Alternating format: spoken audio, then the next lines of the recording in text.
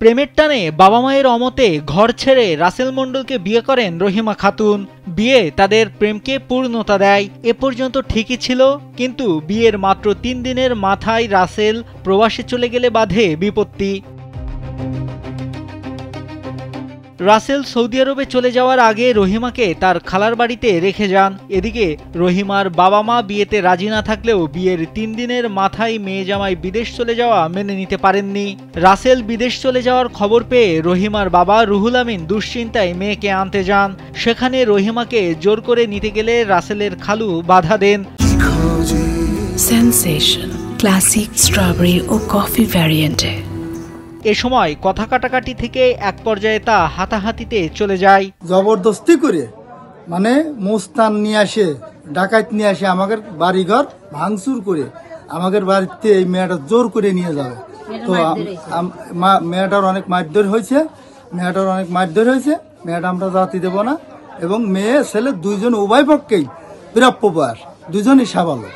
এ সময় বাড়ির মহিলাদেরও মারধরের অভিযোগ ওঠে রুহুল আমিন ও তার সঙ্গে আসা লোকজনের বিরুদ্ধে।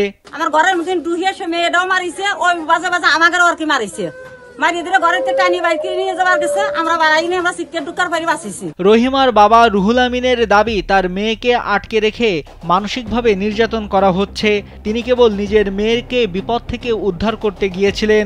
মারধরের অভিযোগ অস্বীকার করে তিনি জানান রাসেলের মাই তাকে ধাক্কা দিয়েছে। বুঝাইছি যে মনি তোর আমি এই বিয়েই মানে নেবো, তুই আয়, কিন্তু সমাজে তো আমার বাড়িতে একটা ইজ্জত আছে, এই ইজ্জতের বিষয় আছে, এইটা যাতে না হয় তুই আয়। আর ওই ছেলের মা আমার 2-3টে বক্সিং মেরেছে।